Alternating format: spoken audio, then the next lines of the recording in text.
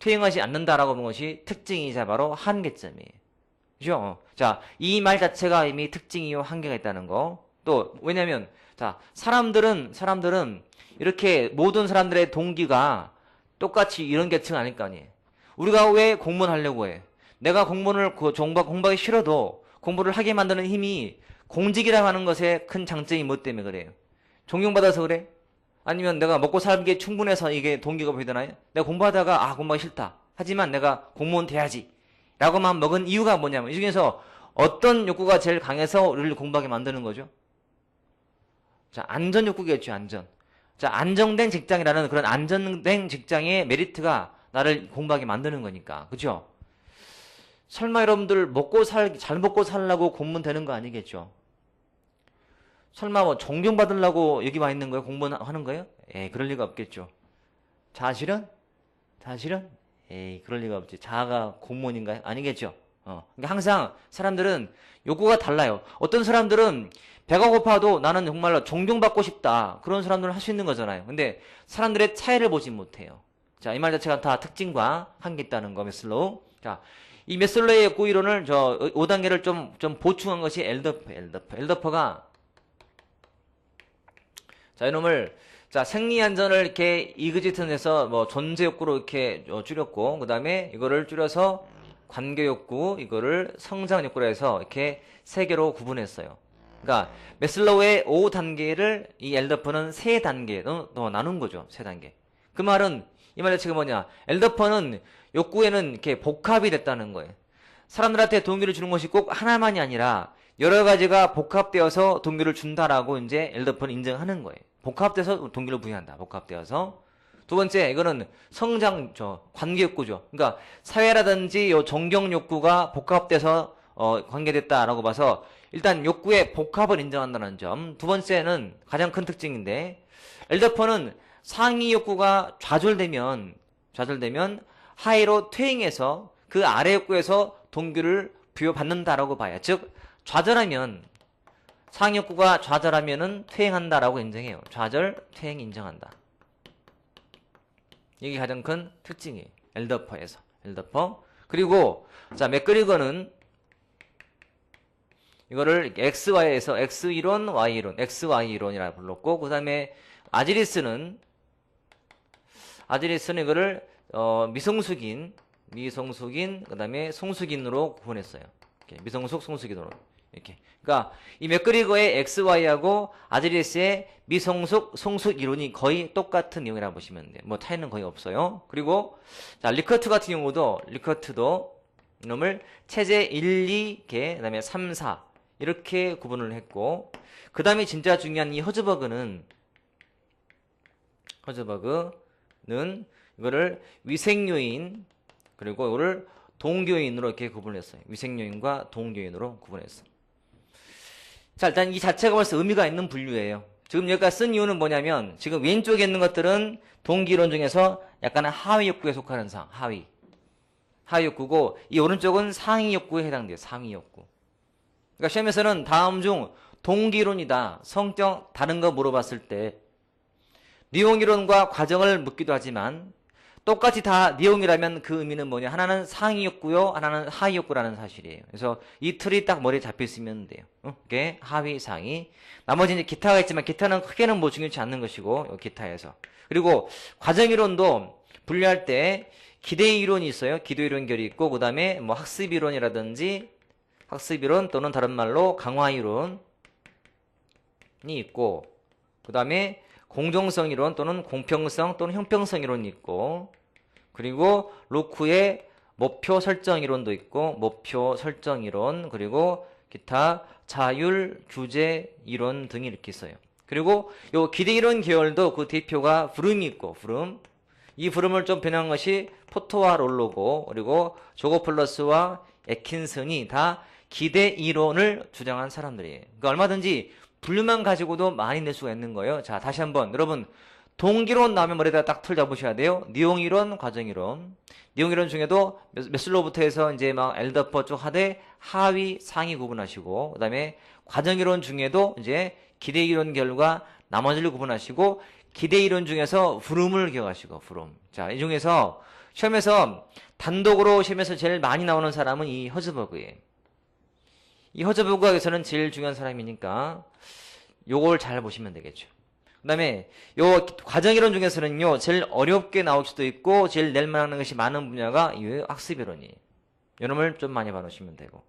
그러면 얼추 이제 다 그 동기론이 딱 눈에 잡혔을 거예요. 나머지는 책을 보면서 봐볼게요. 자, 1항은 따로 할 거 없다 했고요. 656페이지에 동기이론 가보시면 아래 3번에 유형 있죠? 내용이론과 오른쪽에 과정이론 분류한 문제들 지금 7번에 쓴 게 이거죠, 지금. 내용이론도 하위, 상위 구분해서 나와 있고, 그 다음에 과정이론 같은 경우는 어떻게라는 측면에서 나왔다. 맨 아래는 정리되어 있죠? 내용과 과정에서 정리가 되어 있어요. 넘겨보시면 메슬로우의 욕구계층 5단계로 나오죠. 이번에 욕구의 5단계는 그 1부터 5번까지를 순서를 기억하신 다음에 거기 안에 있는 사례를 같이 꼭 암겨 놓으셔야 돼요. 암기. 생리, 안전, 사회, 존경, 자아, 치련에서 욕구들 암겨 놓으시고 특징 나오죠. 계층이 있다는 것이고 순차적 발로예요. 한 단계 한 단계 순서대로 차례차례 올라가는 방식이다. 그리고 한번 충족이 돼버린 욕구는 동기로서의 의미를 상실한다고 봐요. 그 다음에 욕구는 부분적 또는 상대적 충족만 되지 완전한 충족은 없다라고 봐요. 한계는 개인마다 사람들은 다름에도 불구하고 계층을 다 고정시켰다는 점에서는 한계가 있고, 그 다음에 욕구는 변한다는 거. 그렇죠? 또 한 가지 오른쪽에는 욕구는 복합되어 있는데 복합을 못 봤다는 점. 그 다음에 앞으로만 가지 퇴행하지 않는다고 봤지만 사람들은 퇴행하기도 하죠. 이걸 못 보는 점이죠. 이게 한계점입니다. 이걸로 보하는 것이 엘더퍼고, 엘더퍼는 메슬로우의 5단계를 수정해서 3개로 구분했죠. ERG, 존재, 관계, 성장 욕구로 구분했다. 자, 3번의 유사점과 차이점에서는 유사점은 계층을 인정한다는 점, 공통점이지만 차이점은 복합이라는 단어와 좌절, 퇴행한다는 점은 차이점이다. 그렇게 정리하시면 되겠죠. 그리고 몇 가지만 넘겨보시면 X 이론적 인간이 어떤 사람인지 봤더니 인간의 본성은 게으르고 나태하고 지시받는 것을 좋아하고 책임지기 싫어하고 변화에 정적이고 자기중심적이고 수동적, 필용적이다. 섬뜩하죠? 왜요? 다 자기 말 같지 않아요? 다 자기 얘기나 지금. 게으르고 수동적이고 그렇죠? 조직 요구에 무관심하죠? 다 딱 자기 얘기 같아, 자기 얘기. 어쩌면 다 우리의 특징을 다 원하는지 몰라요. 이런 사람들한테는 어떤 관리를 해야 돼? 때리면 돼. 채찍질 하면 돼. 채찍. 당근과 채찍질. 그죠? 그러니까 제일 단순한 사람들은 잘하면 뭘 주고 못하면 그냥 때리는 식의 관리가 제일 좋은 거죠. 자, 그 입에서 이 Y 이론적 인간은 일을 싫어하지 않고 일을 즐기는 사람이에요. 정말 우리가 부러워하는 사람들이죠. 여러분, 공부를 즐기세요. 나는 지금 공부를 즐기는 중이다. 손 들어보세요. 나는 공부를 즐기고 있다. 즐기고 있다. 없어요? 공부를 막 억지로 하면 재미없는데? 공부를 재미를 가지고 재미를 붙여야 돼요, 여러분. 응? 이상한 거예요? 선생님은 한참 이제 그 학교를 떠나서 이제는 이렇게 강의를 하다 보니까 공부를 막 하고 싶던데? 공부가 하는 게 막 즐겁고, 특히 작년 말 같은 경우, 그다음에 작년, 재작년 막 이런 때는 한참 제가 막 공부를 하고 싶어가지고, 막 논문집 찾고, 막 뭐 준비도 해보고 했더니 너무 재밌는 거야. 공부가 이제 사람의 이 단계가 적당히 올라가면 이제 경지가 오는 것 같아요. 그 공부를 이렇게 막 억지로 아니라, 야, 이거 참 더 좋은 뭐 없을까 막 찾아보기도 하고, 자꾸 이제 서점에 가면 이제 책을 참고하려고 우리 교수님께서 다들 이렇게 애쓰고 써놓으신 책을 좀 참고하려고 가면 지금은 책이 없어요. 제 책꽂이에 꽂히는 책이 더 많은 것 같아.